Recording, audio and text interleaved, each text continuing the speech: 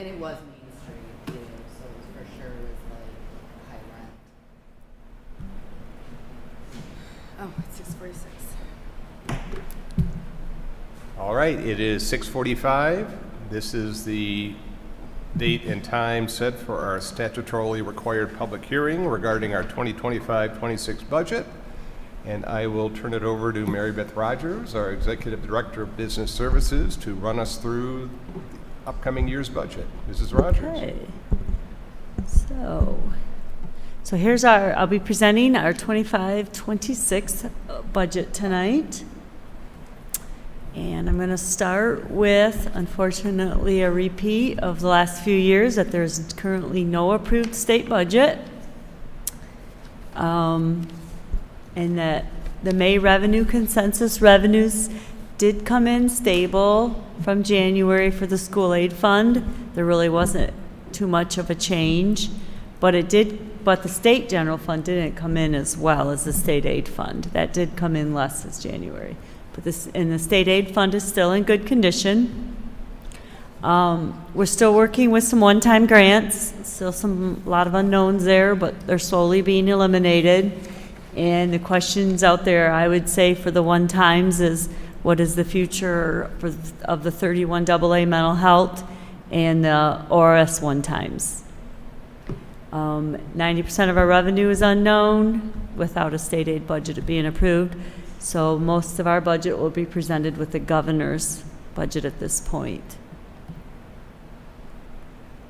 So the budget parameters, the student count, we have no change just in our regular student count, but then in open enrollment, we're projecting a gain of 75 students. So that would be a total of 75 then for our student count when you're just including our Clarkston K-12.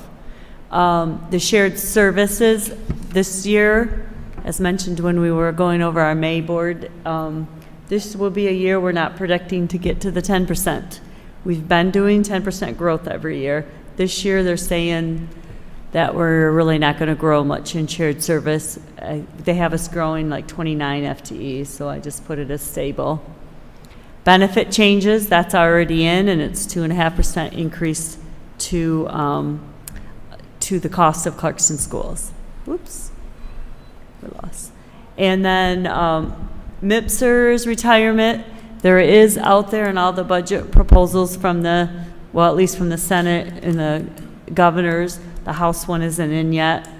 That one is got one-time funding eliminations in it. We're looking at some one-times. It's just a matter of what they're all going to agree upon. So at this point, I just took out the one-time eliminations that are in the governor's proposal. And then estate funding right now, the governor's budget is at 392, which is about what the Senate has. They're just a little over 400 for the state funding. And this is, I think, the first time I heard in my last legislative update in history that House hasn't had something by now. The House has not proposed anything. They may not have anything by June 30th. That will be the first time ever that that's ever happened. The House doesn't provide a budget. And then we have our human resource contract obligations in our budget parameters. So we're looking at 25-26 revenue budget assumptions with all these some parameters, that the foundation allowance is from 392. That takes us to 10,000 per pupil. Open enrollment gain of 75 would put us at about 750,000. Then you got your shared service enhancements of 876 just for the revenue piece. There will be some expenditures for that piece too. And then the one-time offsets with different eliminations and rate increases, we're looking at about a negative 2.7 overall loss for MIPSers for us. And then the PA, we have our PA ISD allocation in, and that was down 422, 165 for now. Hopefully that will increase when they give us a mid adjustment. Usually around March they'll give us a mid, and then hopefully that'll go up. We had a bus IPA debit proceeds that we received in 24-25. We just did the closing of the 4 buses on May 22nd. So now I'm taking that out of the budget because it's just a one-time thing that happened in 24-25. You'll see it in the final amended. Same thing with sale of assets, and then the material adjustments elimination. Those were just all one-time things that happened in 24-25, so I'm just getting them out of the budget. Then here's our one-time federal and state fundings. We finally, our 11T, which was the last little bit of all of our COVID funding, that is now gone, the $250,400, that was for our summer 24 summer school, which would have been in 24-25, so now that funding won't be there anymore.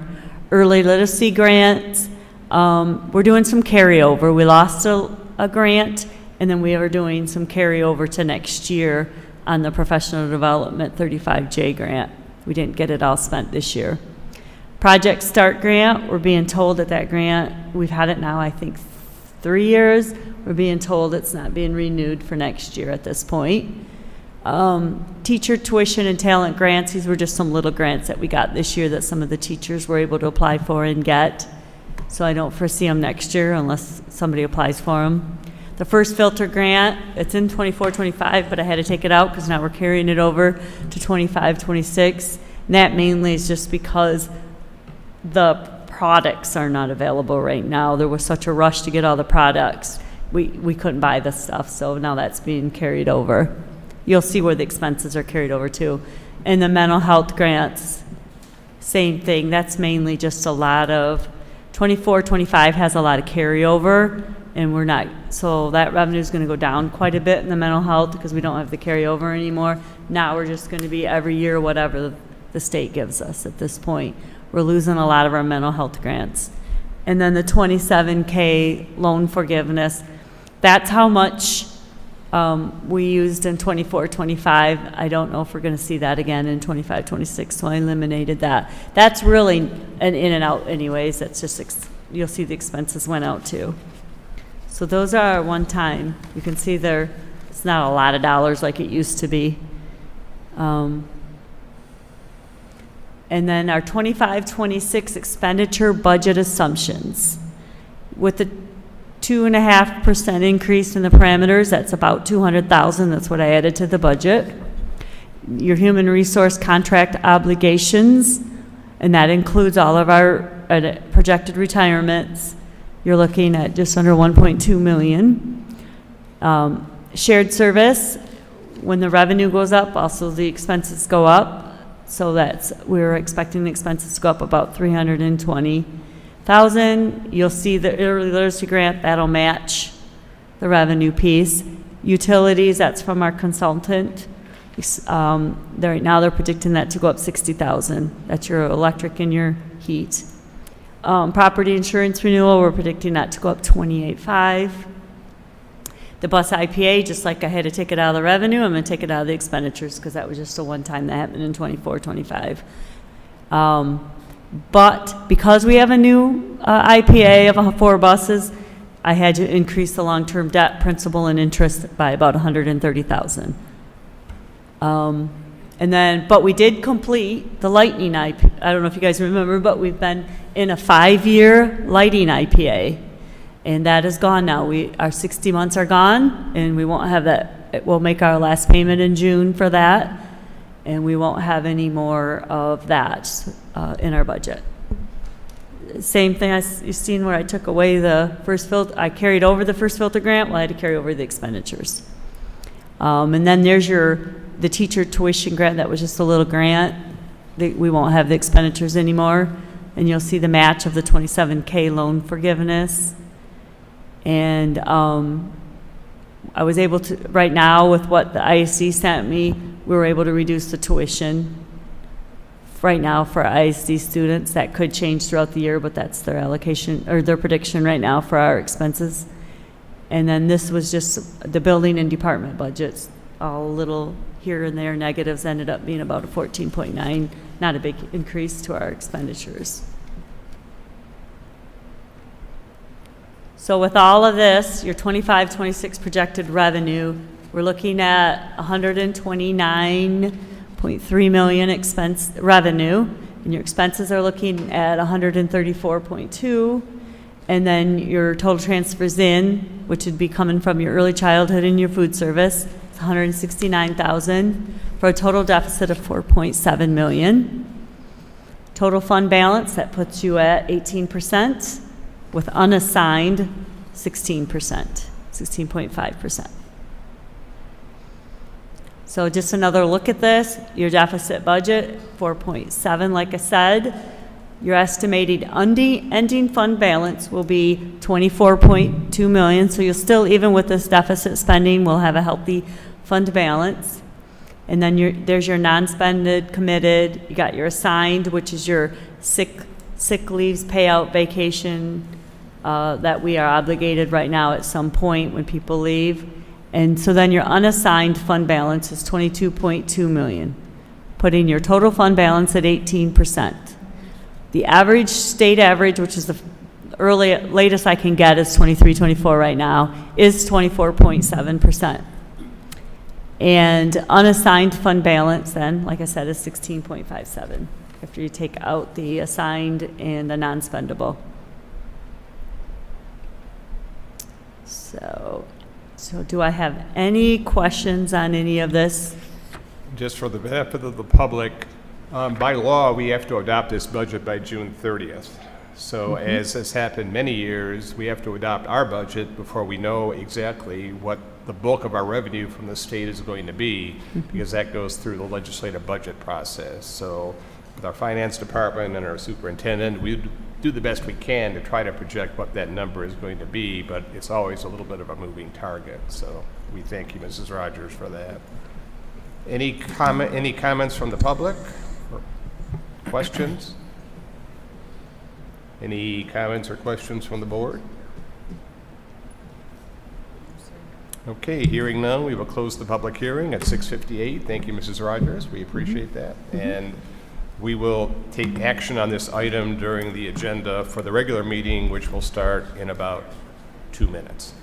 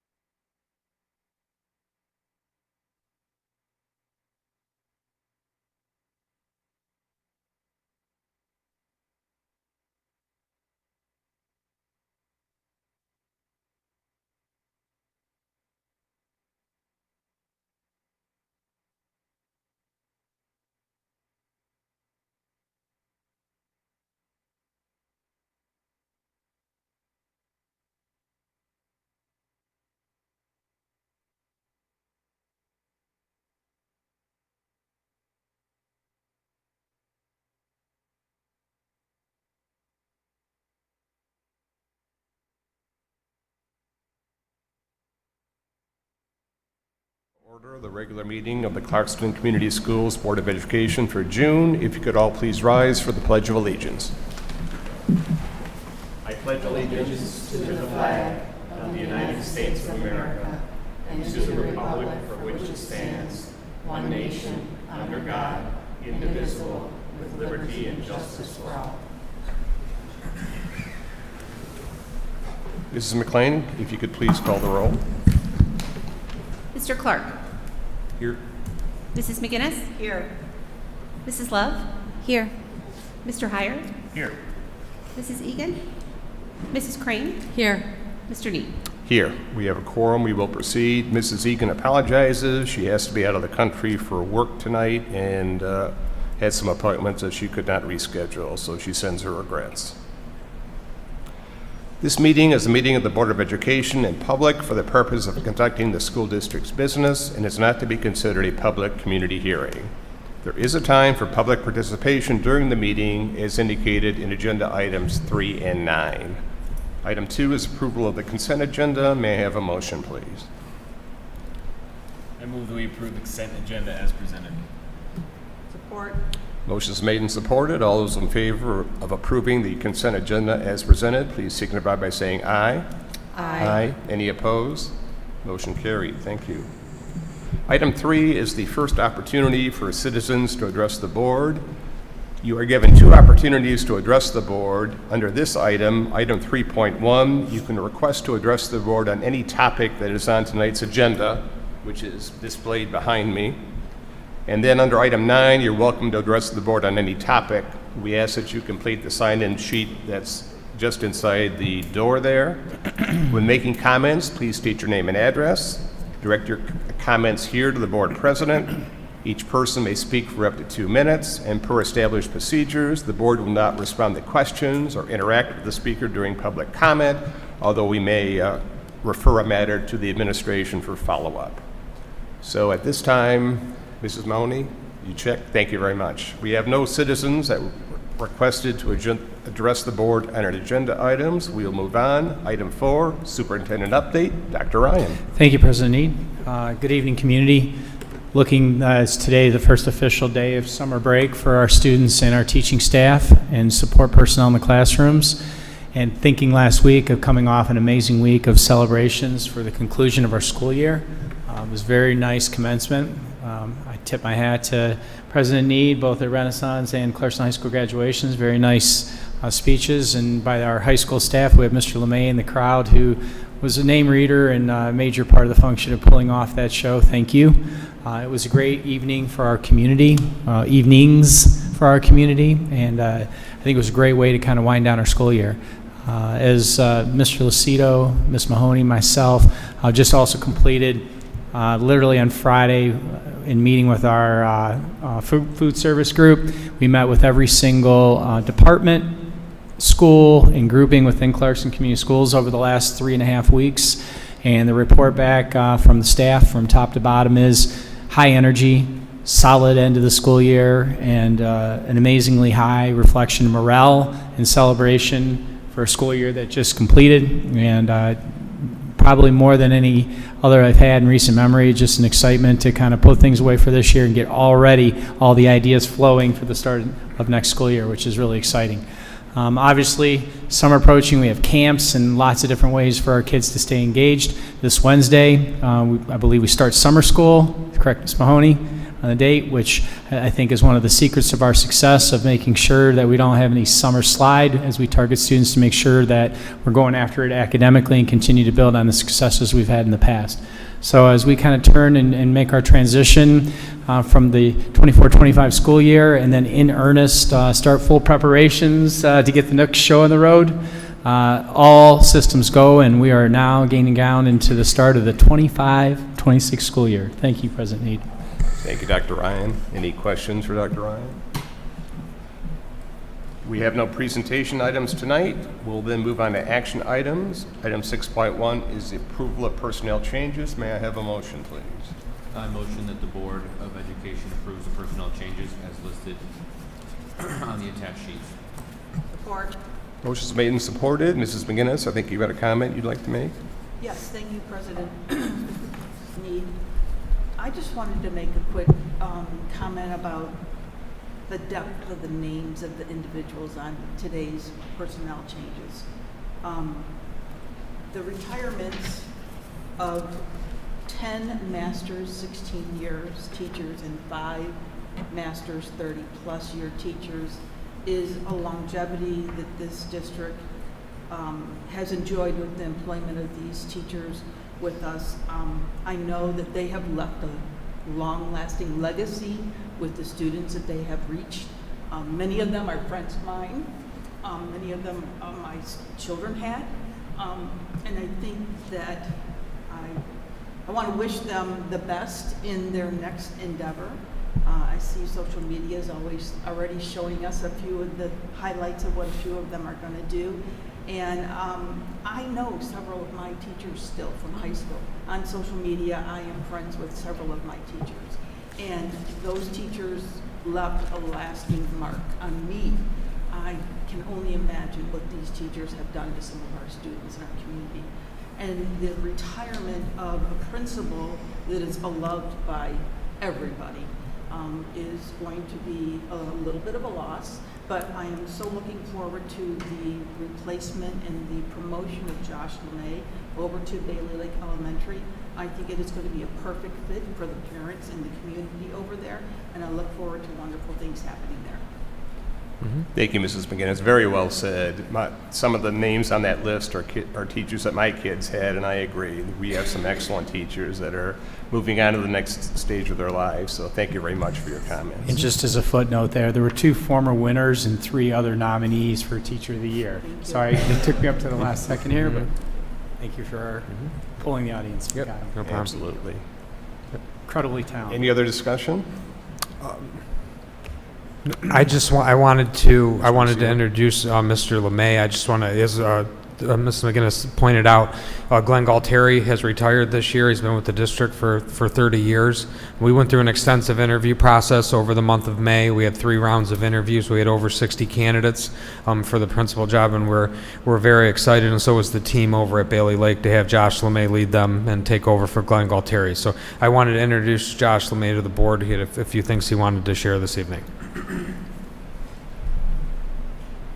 Thank you, John.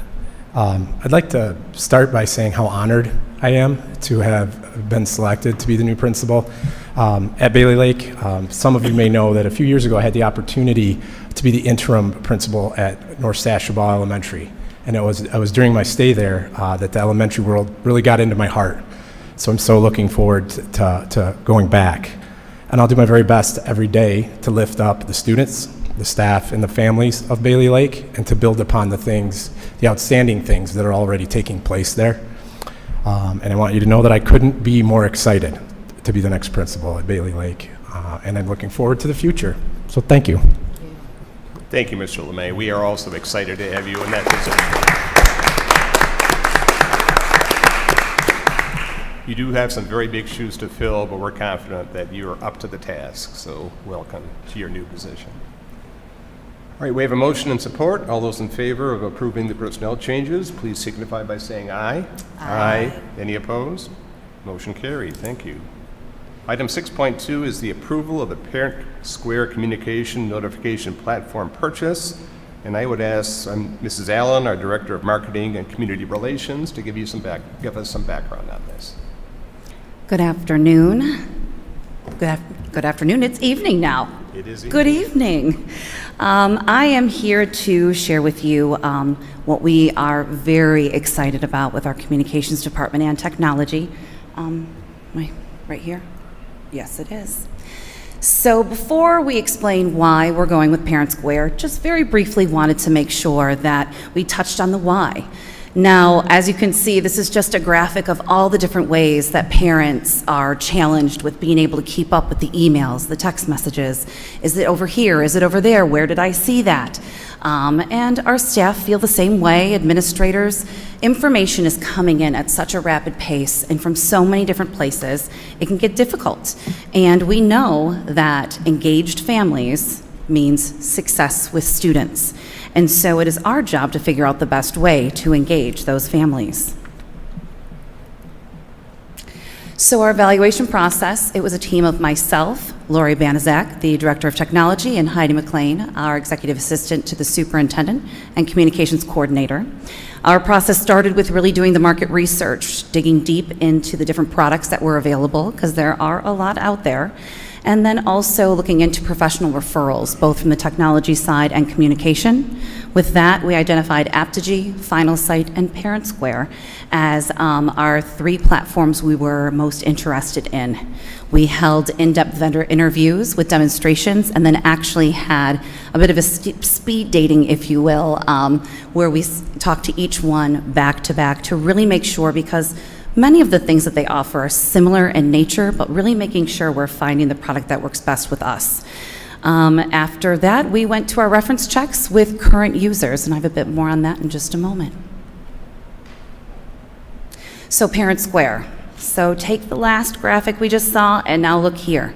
With ParentSquare, everything will be coming in and out of the exact same space. Whether you're a teacher, an administrator, your staff, you're a coach or PTA president, and then on the parent side, every version of Parent, whether you want to use an app or an email or a text message, all of those things will be available for you and in one place.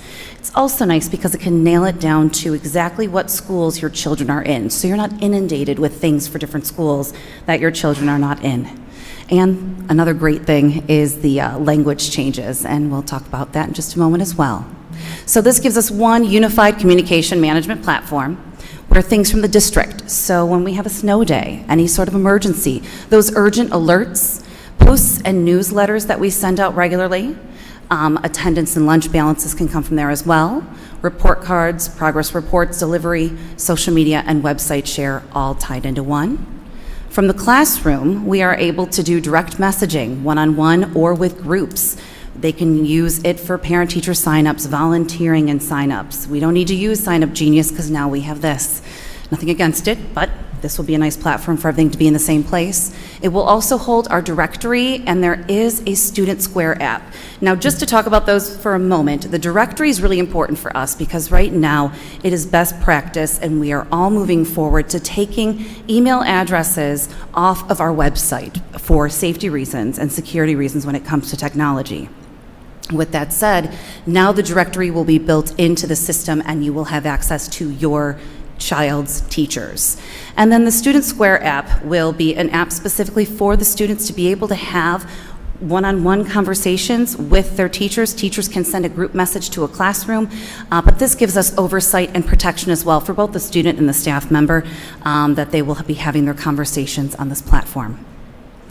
And then the school also has opportunities for calendars that are subscribable, events, polls, surveys, newsletters, forms, and permission slips. So this will give us equitable access, language translations, and oversight reporting. Now, it'll be nice because you can choose how items go out, whether you are the sender or the receiver. So, as I had mentioned before, text, email, voice, push notifications, you can choose how you receive that information. I can choose what I send based on the urgency of the message being sent. And then we have both the parent and student app platforms. But if you don't want to download the app, we still have the website. Now, the mass notifications, as I'd mentioned before, we can choose the tools that we're using. It is mobile friendly. Full translation, I actually have a slide that will show how well it works. And in-depth analytics. This will give us the opportunity to really dig in to who is receiving messages and who is not. As well as a studio editor, which will give us a newsletter look, much like S'more, which is one of the products we're currently using. So if you watch here, very quickly, they can pull up a student. The teacher is typing a message in English, and then it is sent to the parent. They open it up, and it's in Spanish. That parent can then type in Spanish, send it on back, and it will go to the teacher in English. And that is in 190 different languages for automatic, immediate translation. So above here, you can see those analytics that I mentioned before. This will help us because we can throw a lot of things out there and hope that they're receiving it, but without being able to measure the engagement and the return on investment, it's really just a guess for us. So this will give us that opportunity to see when they're engaging and what platforms they're using most.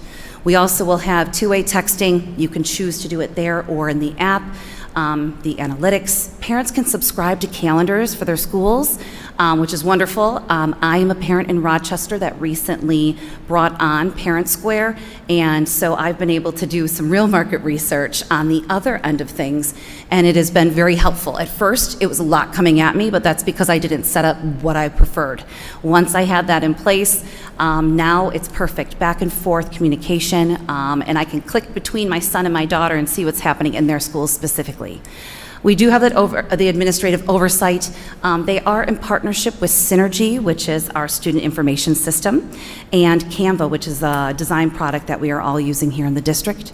It's important to mention that they are aligned with FERPA and COPA. These are very important pieces to the safety of our students and their information. North Sashba Elementary has been using it for some time now. I did speak with the principal, Jennifer Johnson, and just asked her what her thoughts were on it. She absolutely loves it. It is her main form of communication with her parents, to the point where if we send something out through InTouch, our current system, she will then be sure to send it to her parents and Parent Square as well. Also talking to other neighboring districts, Lake Orion also just adopted this same program, and the onboarding process has been smooth and very helpful, and the training has been robust. So in those budget considerations, we will be replacing several tools. InTouch is currently for mass messaging and our alerts, the Clarkston calendar for event promotion, and SMORE, which is our newsletter creation. It's important to note that we still have 2 years in our final site contract, so that will not be changing at this time. That is just for our website. And of course, at the educational, instructional level, Seesaw and Google Classroom are going nowhere. So I just want to make sure I state that so nobody thinks this is replacing any of those important teacher tools. When it comes to the budget, there is an increase. It is minor, and it has been built into this year's 25-26 budget. For transparency reasons, just to explain, the increase in cost for the first year is about $5,300. There is a one-time $3,000 setup fee, so that first year will actually be at $8,300. After that, it will just be the $5,300. And there is an opportunity a few years out that if we were to decide to go to their website provider, then we would have some pretty extensive savings in that respect. So, and that would be 2 years out at this point.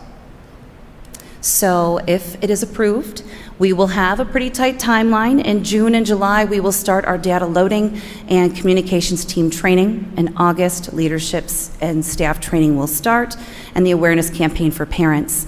Our hope is to go live when school starts at the end of August. And it's also really important to note that we will have an overlap between the new system and the old to make sure if families haven't adopted the old yet, or the new yet, they will still be communicated with.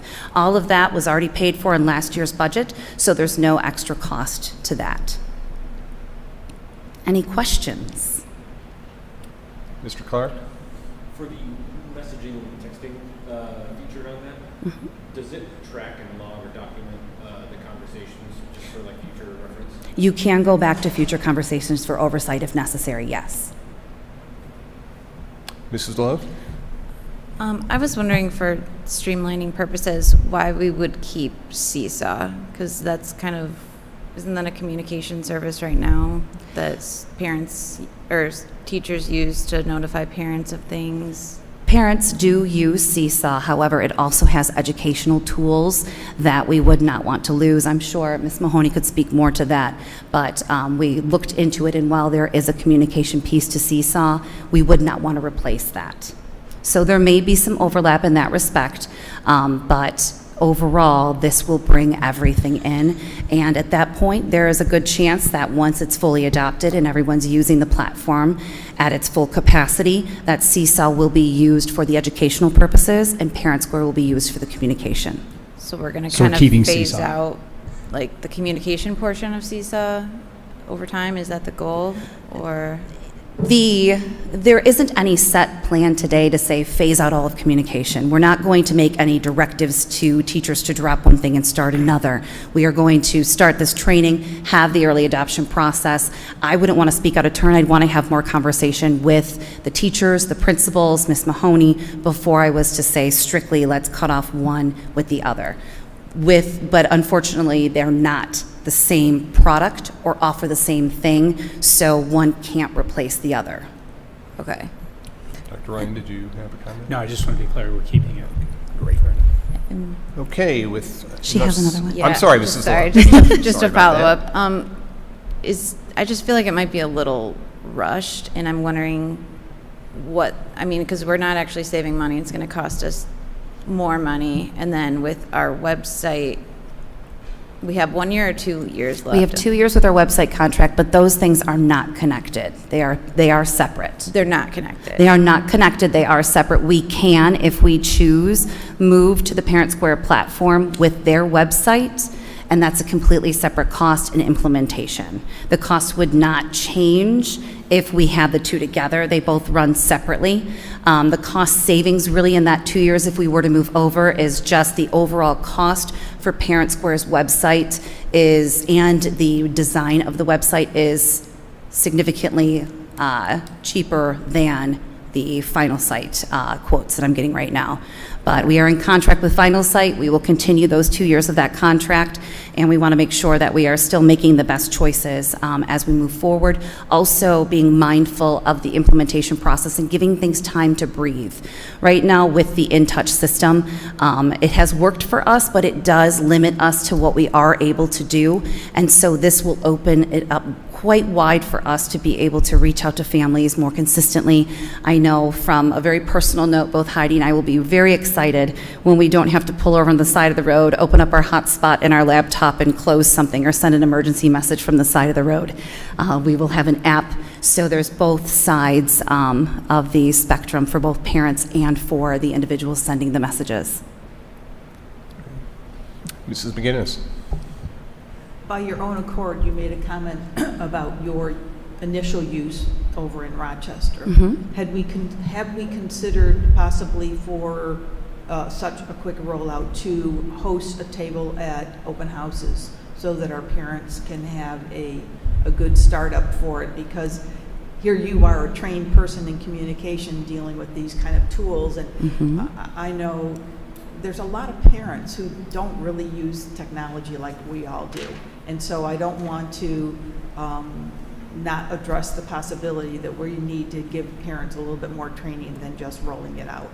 Absolutely. So 2 pieces to that. The first answer is that we will have an awareness campaign that will involve being a part of open houses, having information available, putting it out in our newsletter that will go out in August to the full community. But it's also very important to note that even if you are not tech savvy and you don't want to download the app and you haven't downloaded the app, the information is from Synergy directly into the system. So just like InTouch, you don't have to subscribe to get the email, the text message, and the phone call. As long as your information is in Synergy, you will continue to get all of that information. Really, the biggest technology training aspect would be downloading the app. But all the information will still come in email form, in text form, just like it does right now with InTouch. It's that app that will do the training on as well, and the awareness campaign.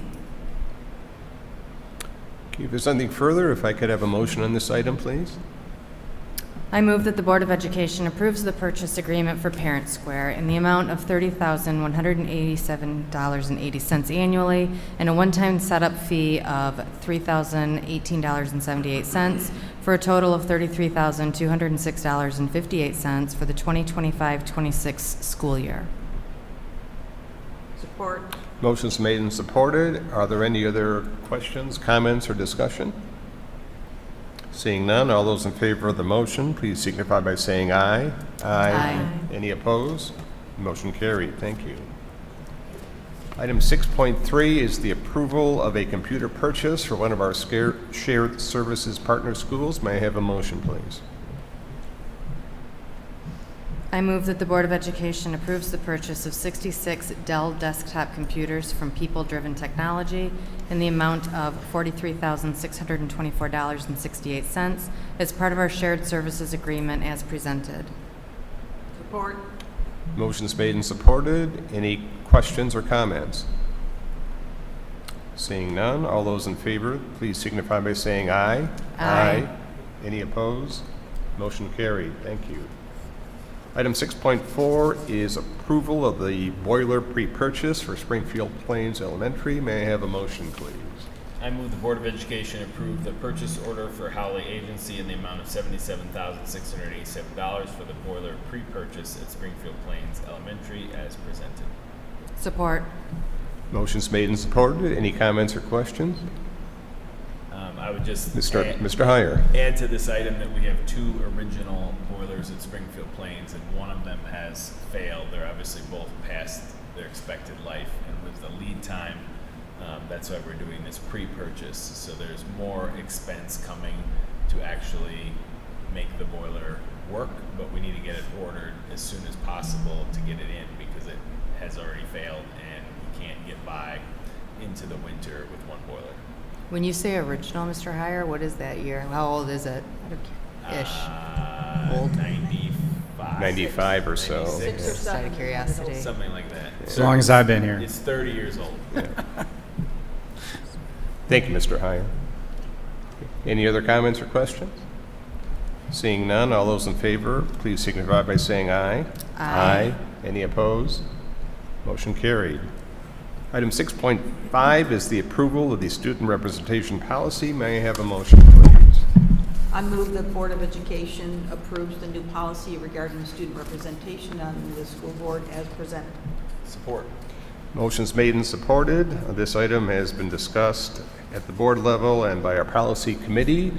Mrs. McGinnis, do you have any additional comments? Yes, some may remember this was at a previous board meeting for a final approval, but at that time we did take some additional comments from board members and look to refine the specifics regarding the startup of one senior for the first year and a junior that is expected to serve a two-year term, and then the junior will move to the senior position and a new junior would hold the next 2-year terms.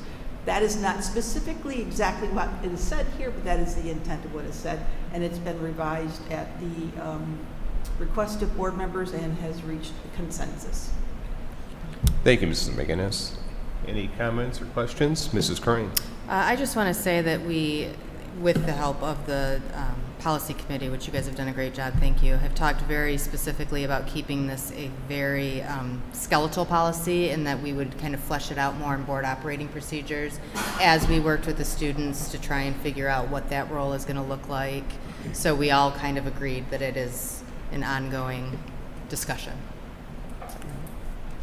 And again, this has been reviewed at length by our policy committee, so I thank our chair, Mrs. McGinnis, and Mrs. Egan for all their hard work on this. Any other comments or questions? Seeing none, all those in favor, please signify by saying aye. Aye. Any opposed? Motion carried. Item 6.6 is the approval of the purchase of a grand piano for our music department. May I have a motion, please? I move that the Board of Education approves the purchase of a grand piano for the Clarkston High School Music Department from Kauai Piano Gallery of Michigan in the amount of $59,987 as presented. Support. Motion's made and supported. Just a little bit of background on this item. Earlier today, under our consent agenda, we approved the donation that allowed us to fund this purchase. A couple months ago, I was contacted by an attorney acquaintance of mine who's a board member of the Ferguson Foundation, expressing an interest to, they have donated to other surrounding school districts in the past, and because this board member actually had grandkids in Clarkston schools, they were looking for an opportunity to support us as well. We put them in touch with the administration in the high school, and they determined that the music department could certainly use a new grand piano, so they very graciously agreed to fund this purchase.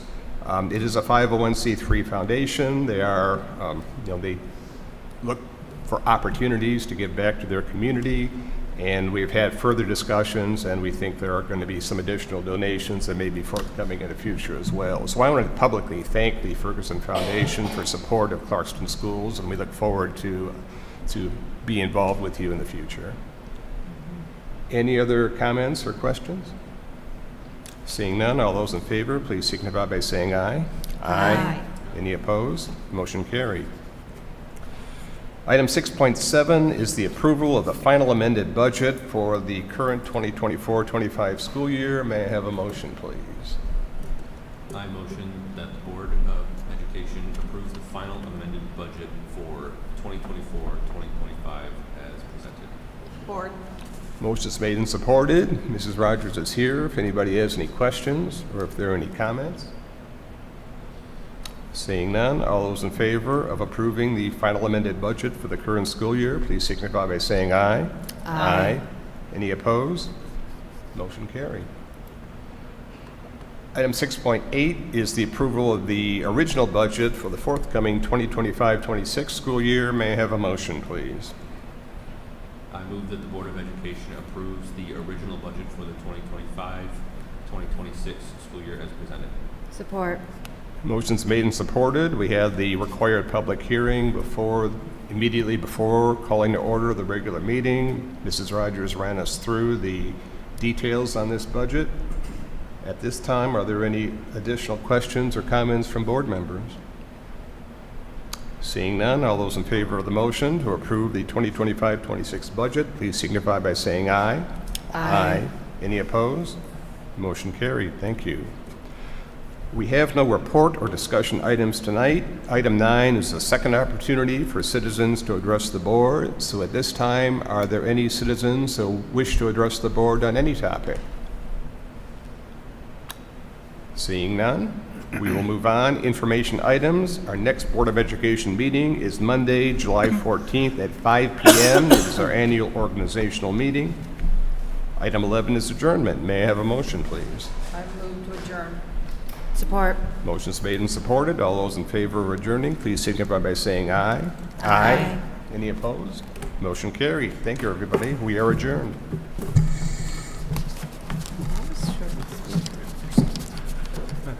Just for a second. You can stick with it too. Yeah.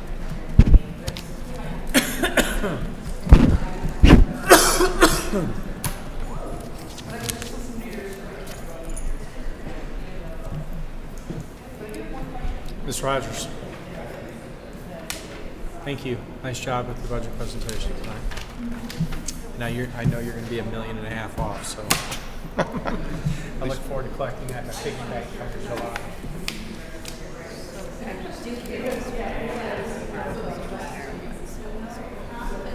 We went through all the phases and together over an hour and a half.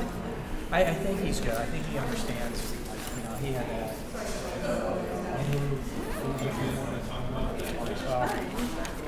Just said that.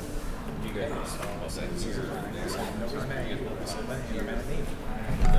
can't ask him to hold the placeholder. We're not going to do a close Crush my sweet projects and then, There was going to be, but now we have to. obviously the question for the people I serve, like, part of it, so what are you going to donate? We didn't meet the requirements to do closed sessions. We're just going to send the administration writing.